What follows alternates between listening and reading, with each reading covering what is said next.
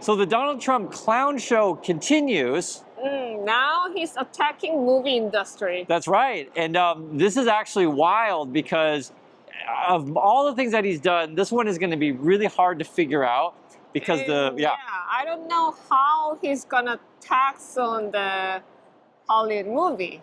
Yeah, so 100% is what we're saying. And he's basically saying anything that's made overseas, which is all kinds of stuff, pretty much everything, to be honest. So does that mean like our Netflix is going to be double? Our movie tickets are going to be double? Okay, let me read what he said. What's that? Yeah, that means they're gonna tax on their own movie. Well, tariff. Well, yeah, because Hollywood is American, right? American industry. But if they're making outside of USA. Right. But when their final product is made in USA, right? Let me read what he has to say. Well, because you're bringing up a good point, and the main thing to understand with the Hollywood movie industry is it's global. Yeah. Okay. So listen to what he has to say. The movie industry in America is dying a very fast death. Okay. Other countries are offering all sorts of incentives to draw filmmakers and studios away from the United States. Okay. And think of it this way. You may film in another place and they may give you a tax incentive, or they may give you like subsidies. So whatever city or country or wherever could split the cost with you. Okay. So Trump wants to basically put tariffs on that kind of stuff, but it's going to have major ramifications. Okay. It also says here, Hollywood and many other areas within USA are being devastated. This is a concerted effort by other nations. So he's making the case that all these other countries in the world are working together to work against Hollywood to give them money. It doesn't make sense. And then he also says here, and therefore a national security threat. Okay? So, for example, if we're watching Pokemon, or we're watching Squid Game, because these come from other countries, right? Pokemon, say, being from Japan, Squid Game being from Korea. Yeah, it's easy. Or even Harry Potter, you could argue, is from the UK, right? If you're, or Lord of the Rings is from New Zealand, right? You're watching any of this stuff. I guess it is a threat to national security. That's literally what he says. This is a concerted effort by other nations and therefore a national security threat. And when he says concerted effort, it's like, I guess New Zealand, Korea, Japan, UK, all these countries are working together like a big, gang to attack Hollywood by giving us money. It is, in addition to everything else, messaging and propaganda. So everything that's filmed overseas, according to Trump, is propaganda. Then he says here, therefore, I am authorizing the Department of Commerce, okay? So that'd be the Lutnick guy. He's the one, he's like the guy with the little finger guy. Yeah, the making your iPhones. And then he says here, and the United States Trade Representative. So that was the guy, his name is Greer, who's like, oh, I don't remember, I don't know. Yeah, these guys are bad people, basically. To immediately begin processing of instituting a 100% tariff on any and all movies coming into our country that are produced in foreign lands. We want movies made in America again, right? Okay, so I don't think he doesn't understand anything how it works.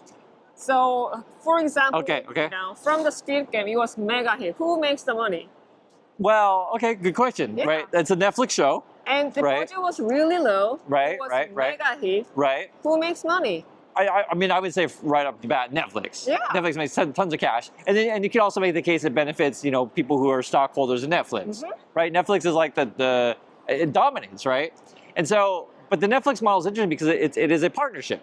It's a partnership with production houses and companies, actors, talent in Korea, but Netflix puts the money behind it basically to invest in that. And then it brings a return and brings you back money to the USA. And then everyone all around the world subscribes to Netflix to give money to the USA, basically. And my another question is, if he thinks movie industry thinks only Hollywood, who kills Hollywood the most? Who kills Hollywood the most? If you think that just Hollywood movie. Oh, you mean challenge Hollywood? Yeah, movie industry. Well, Hollywood go movie. If he think like that. yeah. Well, here's the thing. The question I pose to you is, how many foreign productions do you watch? Like, do you watch Chinese movies? Do you watch Bollywood movies? Right, because they do exist, right? Do you? Well, you're thinking of something else even. Yeah. What's that? I'm thinking that who kills the Hollywood industry? Mm-hmm. It's the Netflix also. Oh, okay. Streaming. Yeah, streaming service. Right. Because if you define Hollywood as only going to the movie theater, Yeah. because Hollywood also includes making TV shows. Sure. It's all the same industry. Yeah, TV and movie industry is all the same. All the stream people, that's basically kind of all the same people. But it depends which venue. Where is the point of sale? Is how we say it, right? This thing is so complicated how you would enforce this, because here's a good example. We are planning to go see Mission Impossible, right? I don't work for Tom Cruise. We just like to go see the movie. That movie is clearly made in lots of places. I don't know where the locations are for part number 2, but part number 1, it was throughout Europe. They're everywhere. Yeah, it's all. Remember. Well, if you want to look at the whole series, it literally is everywhere. But they do film overseas, and so the reason I mentioned Mission Impossible, I think it comes out in a couple of weeks, right? So because it was already filmed and they can't change their product, would they then pay the tariff now when the movie opens, right? 100% is a lot. How are you paying for the tariff? Okay, so normally companies are going to pass it on the consumer. Yeah. So theoretically, and would it be a back tax? But theoretically, I would say you could be looking at 100% increase in movie ticket prices. I wouldn't be shocked if that would be the model. The other part with the movie thing as well is whenever he does these kind of tariffs, the first thing I was thinking about, if you guys understand how this stuff works, is there's going to be a lot of accounting, we'll call it shenanigan or accounting tricks or accounting scams to get your movie to qualify to be American. Yeah. Because people do that with products like, say, cars, for example, where Tesla likes to say, we're the most American car, ever. But it depends how you define American. If you define it as being North America, that would mean Canada, USA, and Mexico. And if 70% of your parts are from that, then you can call it American, right? So it's kind of a complicated issue. So the Hollywood one, what you could do to cheat, this is what I was saying, when Trump puts in this stuff, it creates incentive to kind of cheat the system.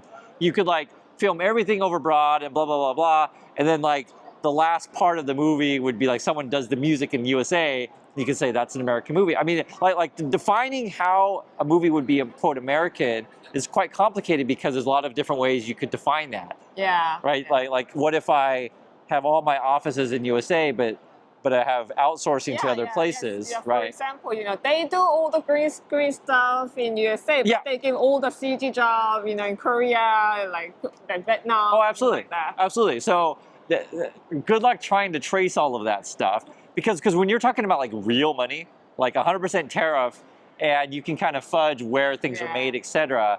And that's a good question.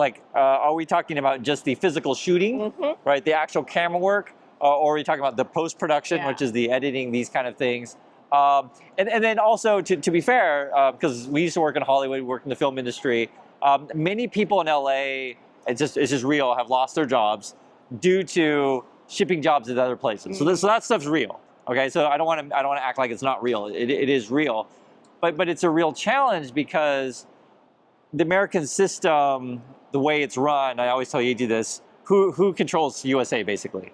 Like Wall Street? And? Military. Yes. My professor told me that when I was in college, and when I was young, I hadn't really thought of it that way. Wall Street and the military controls everything, basically, right? So if Wall Street's in control, their whole goal is basically to do what? Raise the stock. Raise the stock, make money, essentially, but raise the value of the stock. And so you're always pursuing profits, and so basically you're cutting costs by shipping your production to various places. And then, as Trump mentioned, which is true, you have various countries or various cities all over the world that will offer incentives. Like, hey, if you come, film a movie here, we'll split the cost with you. And if you guys don't know how this stuff works, so for example, if I film in, we'll use the example of Australia, because there was I think it was Australia, there's a movie, it was called, do you remember the movie? It was like a dude who had a chip in his brain, and the chip would talk to him. It looked like. I don't remember. Okay, I think it was called Upgrade, the movie. but it was like the movie Venom, but it was like a cheap version of it. Anyway, and the guy looked just like Tom Hardy, but he wasn't Tom Hardy. So anyway, forget that. But they filmed the movie in Australia, and I think it was Australia, but they kept the cost down because basically a place like Australia will say, hey, if you film it here, we'll give you like free fire, free police, free security, we'll close the roads. Like all this stuff costs money to do these kind of things. Or, not just about the cost, like movie, they want to show like exotic. Oh, absolutely, absolutely. Like landscapes. So they, movie maker want to find something unusual location. Yeah, and if you want to go to a world where like everything, just looks like LA. Yeah, or I don't want that myself. Or the moon. Or the moon. Yeah. Why the moon? And some place just like moon. It doesn't look like Earth. Okay, if you want to make that case, then we'll film everything in Arizona and it'll look like Mars, basically, right? But if you limit basically our creativity to only one place, USA, it's all going to look the same. Now, I'm not against Americans having jobs, but the Hollywood industry inherently is benefited by being global. Right, it's benefited by documentaries. Yeah, it's not, and like the other thing that I was thinking about as well, like the way Hollywood is global, sports are global, right? So is Trump going to be like, hey, if you hire foreign workers, which essentially like you bring in a foreign athlete. Sure. So right now the best player in baseball is from Japan, right? Otani. Yeah, and he's great. No, I mean the guy's fantastic. He's going to probably end up being the best in the history of baseball. But like, are we going to be in a situation to where, everything has to be in USA and you can't use foreign, partnerships anywhere? What's that? Yeah, and one other thing was a little bit weird that he mentioned 3 like old like. Oh, that's right. He mentioned like old, 3 stars to protect the movie industry. Yeah, so it was actually a few months ago. So I remember the announcement. It was bizarre. It was he announced, they call it like Hollywood ambassadors. He picked Mel Gibson, Jon Voight, and Sylvester Stallone to protect Hollywood or whatever that means. It's basically 3 old white guys. That's basically what it is. And I guess maybe from their point of view, we need this to make. Do you know the movie The Expendables? You know the movie? Oh yeah. Yeah, with all the old dudes.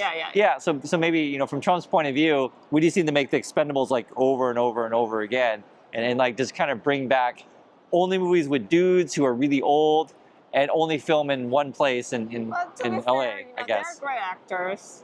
Yeah. But, yeah. But it doesn't mean I just want to watch only that, right? I saw Die Hard in the 1980s. I thought it was a pretty cool movie, but I don't need to see Die Hard 27, nor do I want to see Rocky 17 or wherever we are now. That's just part of the world has changed, and this is the same sort of thing that we're dealing with every day with Trump. Is he just wants to roll everything backwards, right? And there's some people who are just like, I don't know, they live in this crazy fantasy land that's going to happen. Because I think from the Hollywood or any industry perspective, Trump is gone in a few years, and it's just it's not worth investing, like because from his point of view, he's going to be like, okay. So then that means everyone's going to be building all these new studios in USA, and we're going to invest all this money. And from like, if you're Netflix, you're just like, man, I just made these new partnerships in Korea to build, to make another Squid Game, season 3 or whatever. It's just not worth it, right? It's not gonna happen. So I think there's a larger chance, in my opinion, that you're going to see a pause of productions, right? Better pause it, right? Yeah, opposed to trying to invest all this money to rebuild stuff. I do want to hear, though, because we do have some people in the community that work in LA, because this is a real thing. I mean, I have friends that are there now, and it's something that people do complain about. Like, it's very hard to film in LA these days. It's just the costs are really expensive. It's just how it is. It's cheaper to go other places. It's not just subsidies. You're also dealing with other workers are paid differently, and I want to explain by this. Okay, so from an average studio perspective, if I hire an American, I got to pay higher wages, okay? Americans will get paid higher wages, but they may not have the same benefits. I see. So if I hire, say, well, this is example, Korea, a Korean worker, maybe wages are going to be lower.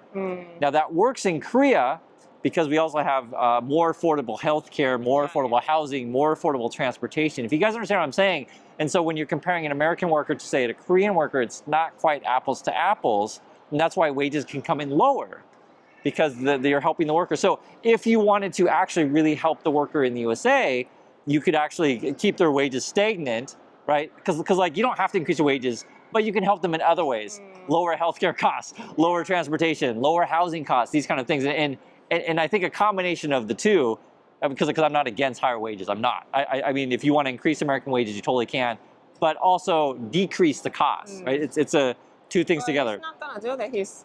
No. I mean, for Trump's point for Trump's point of view, is like, okay, let's get more tax. I just want more tax for me, and I want to, scam everyone. And 100% on movies is absolutely insane. So that's the news today. If you guys have any questions about this, please share your thoughts on this one. We'll make another video because actually it's a really fun one.